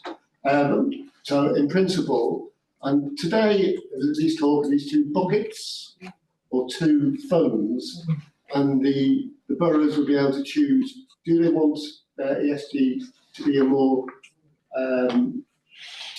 active ESG fund or a less active? The West must be three of these buckets. Now the latest plan I understand is two. Pete might be, but just to play a bit of a devil's advocate on that, what you said, John. My understanding is that as the pensions committee, and completely hearing what Nate is saying, I think which is absolutely right, that we have an ethical responsibility, but my understanding is also we have a fiduciary responsibility towards the fund. So how do we bring that together, which I think, because we will have to make tough decisions in that case, because basically if the funds do badly, it means that the council would have to put in, which we have had before, the council would have to find savings elsewhere to put into the pension funds, money that can be used for other things, like adult social care, from the top of my head. So I think that's, I'm not sure whether this is the forum to have that conversation, but I think that's a very important conversation we need to have. So that's what I want to bring 100% bring your attention. There's another email here from a resident, okay, saying their councillor needs to inform I'm contacting you as a new resident to approach you to take That's another issue. It's an important issue. Can I, yeah, again, I'm saying for this is we need to keep on top of this. It's not a done deal at the moment. Chair, Yeah, as far as I'm aware. there is a specific question I asked that I would like an answer to, which is just this, in terms of who speaks for Newham in relation to the LSIV on a democratic or governance level, like, is that? As it stands now, there's annual general meetings which I attend. You attend as a representative? As a representative of Newham. Okay. I happen to have other hats, which I'm there for a different role. But so there's AGM, there's business meetings which the chairs can attend and officers attend, and there's an AGM. The London Civ said is owned jointly by all 33, now to be only 34 companies. So in terms of the shareholder committee, who is? The shareholder committee is more of a scrutiny committee. I understand is the executive. But who represents Newham on the shareholder? Nobody Nobody at the moment, 12. because the shareholder committee doesn't have the shareholder committee itself doesn't have a representative from every London borough on it. How did they decide who gets one and who doesn't?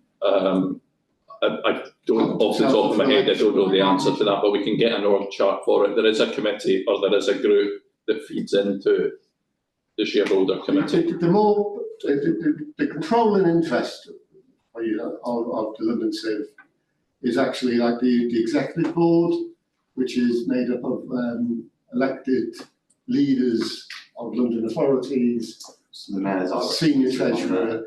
Our mayor, no, there's three, I think. There's a Labour, I think, Conservative leader, and I think a Lib Dem. Right. And there's so we're not senior represented on the executive board, and we're not represented on the shareholder committee. But there is, it's in flux. This, as I said, there is a problem with London Civ.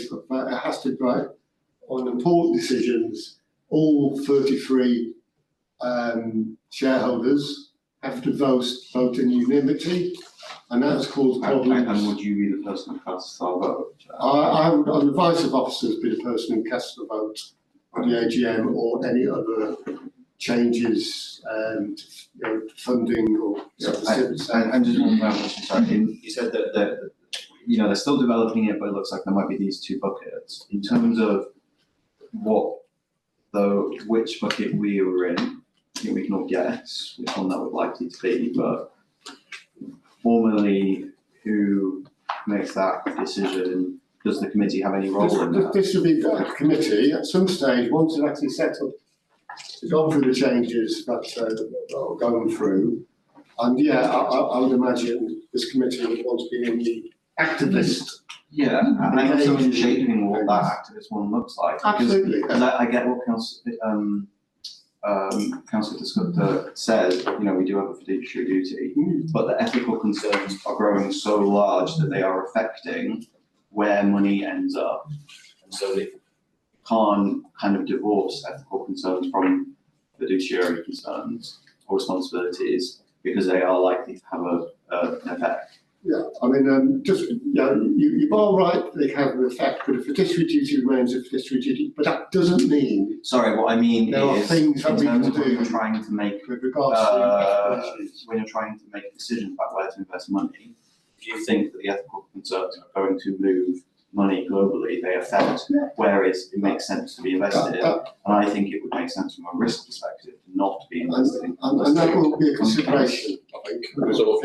So to go back to your question around who will determine which of those buckets that you go into, it will be a question, part of what we'll be looking at will be what is the responsible investment policy of this committee, which of the options available within the London CIB does that most closely map to, where are the areas of difference, to give you the opportunity to go back to the CIB to say we would like this to be stronger and they will then be, able to take a view on that based on the feedback from other partners. But can I just make one point, having looked at what the initial proposal that was discussed this afternoon, and for obvious reasons, not in a huge amount of depth, but looking at the proposals this afternoon, fossil fuel exposure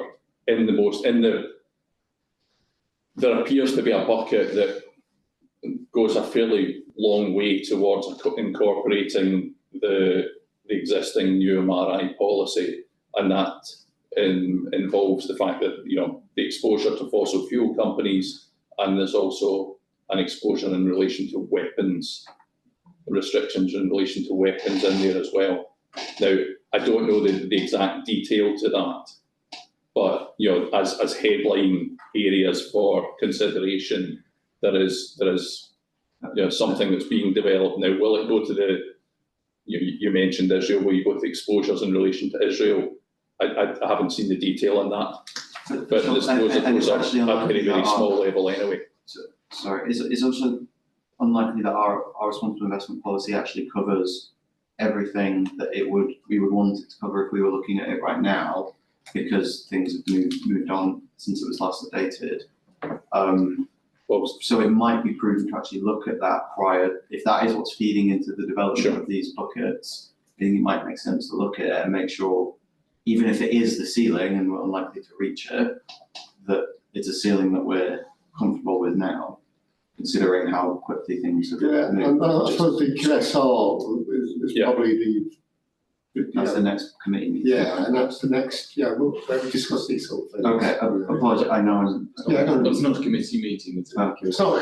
And that feeds into next committee. But if I can just make one point, specifically in relation to weapons manufacturers and weapons defence sector, there is an existing restriction on and it's been in place since 2020, when we moved into the Paris Aligned fund. It has got an ESG screening attached to it. I understand that. The problem is it's not as easy as just saying we're not investing in weapons, because we're investing in companies that pay taxes to come to countries that fund weapons, then we are still effectively complicit in what's going on.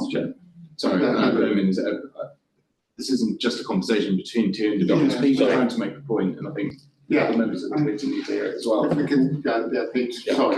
I understand what you're saying. Just specifically though, in relation to arms, the existing policy has got an exclusion in relation to that, and as a result, you've got less than £1 billion invested in arms companies, defence sector companies.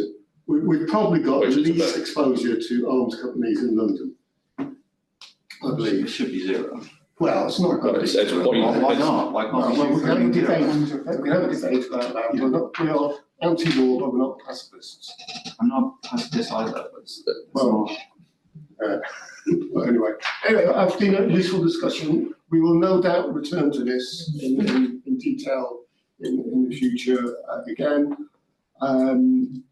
But on the business plan, I'm conscious of time as well. Have we got any more questions? We've got Rakesh, you still got Yeah, I can quickly tell you that obviously we have the funds revenue forecast and cash flow, appendices 1 and 2. There are no concerns regarding liquidity or funding. We've set the pension fund budget for 25-26. Overall, the fund is maturing and expects cash flow to be cash flow negative, as Pete pointed out earlier. However, we do have investment income, and also going forward, the management expenses will be reducing as we pull more of our assets into the SIP. So we expect those figures to come down as well. That's actually within the budget that we've actually forecasted. And then point 7 is the pension fund business plan for 25-26, which builds on the previous year, identifies key tasks for the committee in respect to fund issues, and also the proposed proposed business plan includes a member training plan, which is in compliance with the requirements of the CIPFA's knowledge and skills framework for best practice. Those are the key things. There's a program of events. I can just quickly scan and tell you that the key events that are coming up are the LAP annual conference, which is on the 3rd and 5th of December. We have planned a meeting for the QSR, pending no meetings being, no member meetings on the 12th of November, and the next pensions committee will be on the 10th of December. Okay. So, just checking. Are you now going to move on to, let's see, any more questions to?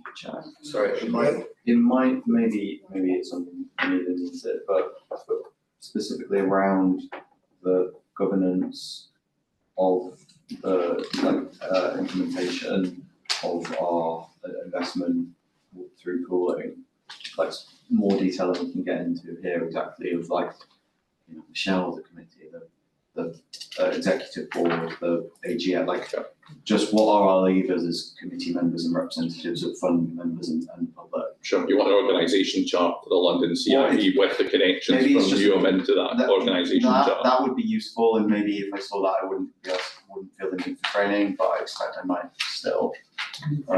It might, and particularly as it's changing. I think it's quite, it's a very relevant thing to get some training on, given the changes that will be happening with effect from March. So that was one of the parts of the pensions roadmap that we're discussing in terms of bringing the London CIF, because obviously the changes are coming through. We've got the pooling agenda, and we go for the London CIF to come and do a training event for members in the QSR. Yeah, it's been probably too long since they've last come to this committee. It'd be great to see them again. We've now got more people who can come out, so that'd be good. Okay, so moving on to the funds budget monitor and cash flow update. Yeah, I've just gone through all of those. It's fun. I think they're just some recommendations. Just recommendations. Okay, so we've got 3 last to note. Appendix 1 and 2, which is the funds budget monitor and cash flow update. Is that noted? Noted. And request to agree. Appendix 3, draft pension fund budgets 25-26, and Appendix 4, draft pension fund business plan 25-26. Is that agreed? Agreed. Yeah. Thank you. Rakesh, number 2, agenda item 9, investment strategy update. Yep. The investment performance for the fund as of the 30th of June, the fund valuation was at 1.934 billion. It's an increase of 38 million from the previous quarter. I can tell you that over the last 2 weeks, the fund's value has actually gone over 2 billion now, first time ever. Also, just in terms of the report, the investment advisors report, in terms of performance, has now been formatted that includes the funding level as well, which is attached. In terms of funds position on the funding level, on the deficit, it was a deficit of 9 million. It was 19 million deficit as in December. So showing a funding level of 99%.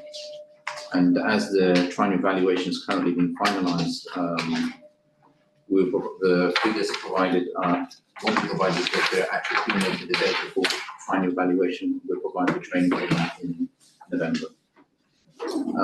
In terms of key inputs for the funding level, the funding position, future dates are dependent on the investment performance as the fund on the fund, as well as the future market conditions. If there's any questions you have regarding the new report, Pete is on hand to answer questions. Chair, my right understanding like this was exempt, so the questions we ask.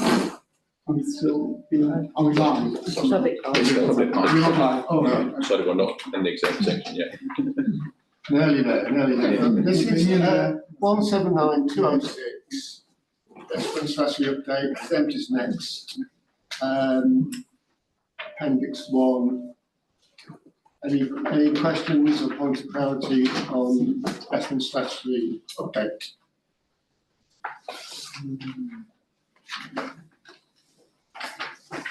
Probably just another question out of ignorance.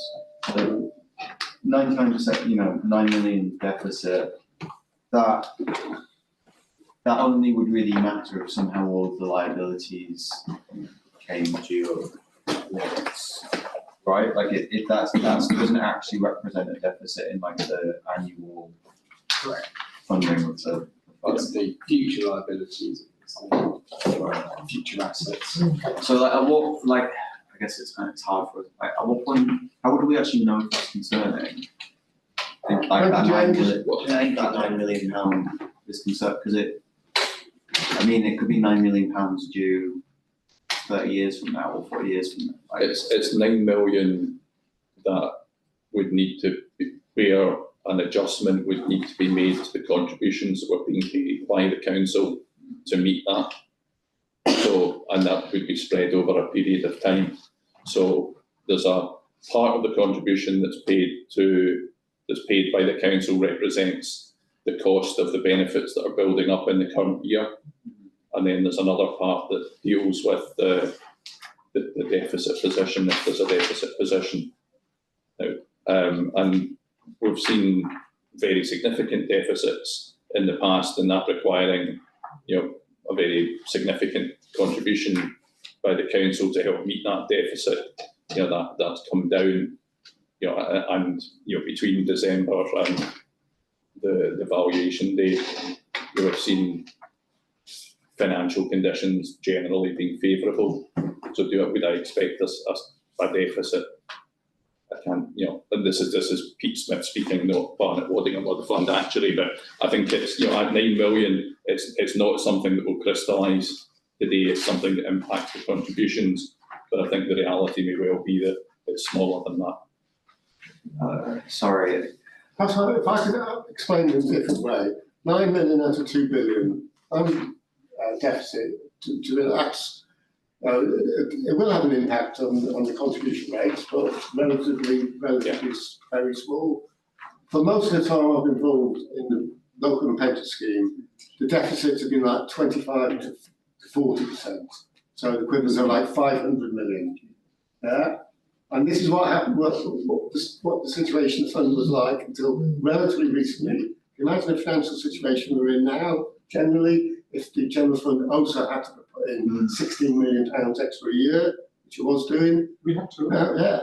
Now, because of my brilliant chairmanship,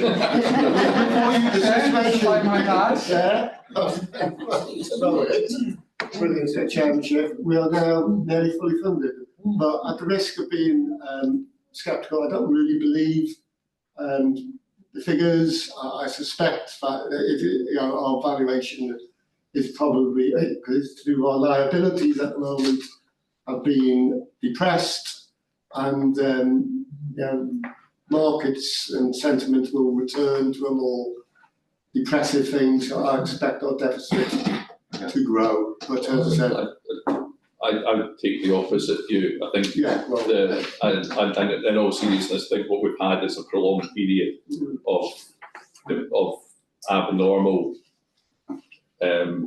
interest rates, long-term interest rates, inflation, and actually what we've seen in the last few years is a move back towards what was the longer term norm.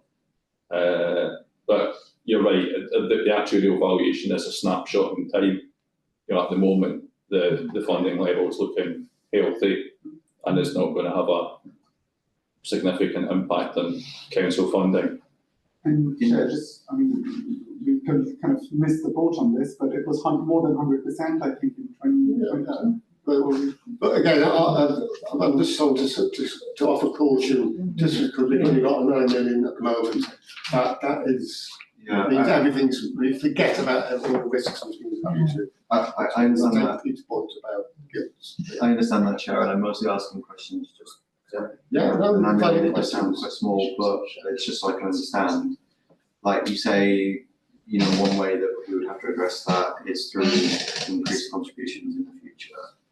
That would be assuming that the investments we've made don't kind of catch up, right? Because if the investments we made, they provide a return, that return could increase the size of the fund faster than the liabilities increase. I mean, that's what you hope. Yeah, yes, that's exactly That's what you want. That's what the investment strategy is set up to do. The mechanics of when you take, if you like, when you take credit for that, I think flow through at the next valuation. So you set a contribution rate now for the future. At the next valuation, you'll look at the position and take account of what's happened over the 3-year period. So if you've had the beneficial experience that we hope for, then the deficit falls away. There is, of course, a manner of assumptions that are made about the sort of value of the future liabilities. So really quite small changes in those assumptions can change the position. 9 million is not very much to move, just a small change in surplus assumption. And that's why it's visited every 3 years, as Pete's indicated, and then if necessary, an adjustment to contribution rates. I guess the other way to ask this question is like, what is if it's not this number, because this number is amorphous for all the reasons we've talked about, like what's the like early warning light that like the amount that we pay out, like we're at risk of not being able to fund our payouts through either today's contributions or through the kind of investment return? Like how do we know early that we're at risk of the council having to kind of meet the difference? Okay, so the funding level of the pension fund is the primary driver of that, and that funding level is reported to the committee every quarter. So if we were to see that funding position move from 99 point something and it starts to fall, that becomes an indicator that there is an increased likelihood of 9 million doesn't indicate that council is having to make, or maybe it does, maybe I've misunderstood something. Like, how do we know if the council is having to make contributions? Okay. Sorry, can I just say that when the contribution rate is set, it's set for 3 years. So when we had the previous valuation done, our fund was at 102 million, 102% funding level. And the contribution rate was set for the council at 18.4%, and for the fund, and then for the council it's 18.2, because you have all the employers. So that rate is set for 3 years, so the services know that's the rate is going out, there's no deficit there. And then what happens is the mechanism starts again where the actuaries have, you looked at the data, they cleanse the data and make their assumptions, and the early indications show that we'll be in a similar position where we won't be. The fluctuation you're seeing, so if you see that in December, it was showing a deficit of 38 million, and that, and then,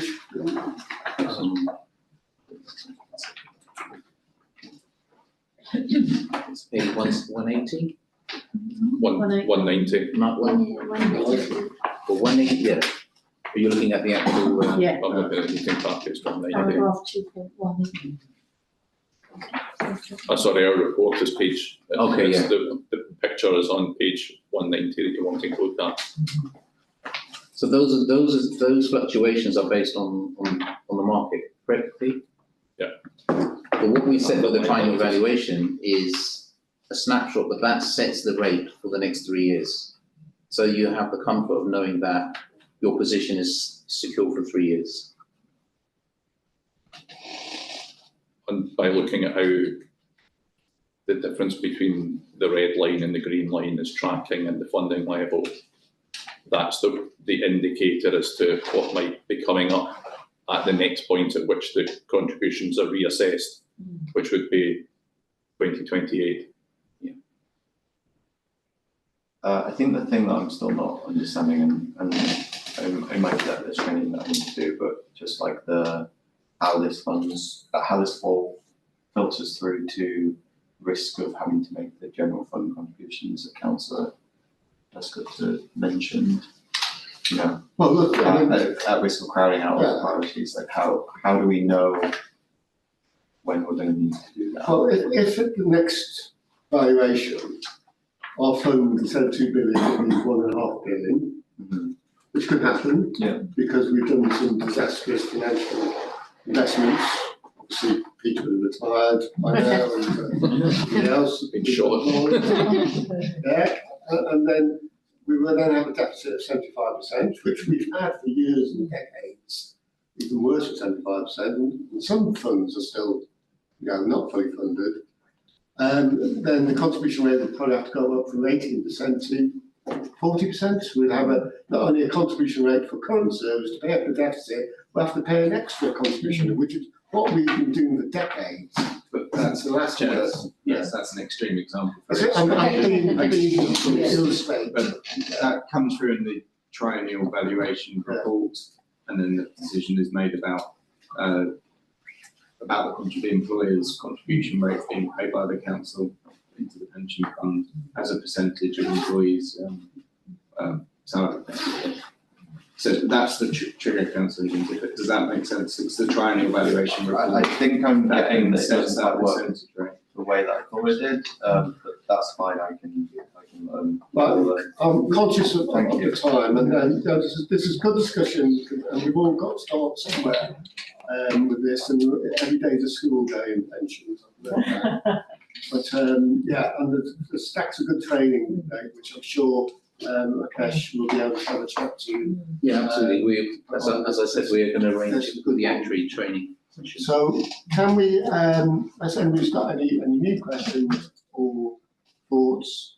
Can we note the investment strategy update, appendix 1, the Parliament Waddington's funds, investment funds and funding update? Is that noted? Noted. Right, we now move on to agenda item 10, which is we will be closed meeting to the public. Exactly rounding out and stop the video. Oh, so we're not broadcasting this, we're just recording it for minutes. For minutes, and we'll edit this recording. Sure, there won't be a mistake on this. Sure. If you're worried, I can stop the recording. It's probably better. You think Okay, it can go wrong? if you resolve to go into exempt session, that would be great. Sorry, Chair, just before we do that, I think it is important that we I'm not, I've been in other meetings where we do have exempt sessions and that hasn't prevented us live streaming the public part. I understand it will be uploaded later, but especially considering that the venue was changed at the last minute, it's not great to then also not live stream it because effectively nobody can watch it live. And we know with new technology how long it can take for the videos to be uploaded. No point, and good point. I'm sure if it had been possible, we would have, but due to the last minute change of the venue, and again, East Ham wasn't very good at live streaming either. But anyway, yeah, no, they're good point too. Certainly my preference, I'm sure the committee's preference is live streamed, and that might encourage more people to take an interest in the pension committee. Okay, so we're now in closed session. Okay, I'll stop the recording. Have to vote, Chair. Yeah, if people want to call for a vote, all those in favour of closed session, exclusion of press and public, camera off. Agreed? Agreed. Any against? Any abstainers? Abstainers. Okay, and I'll stop the recording. Rakesh. Okay,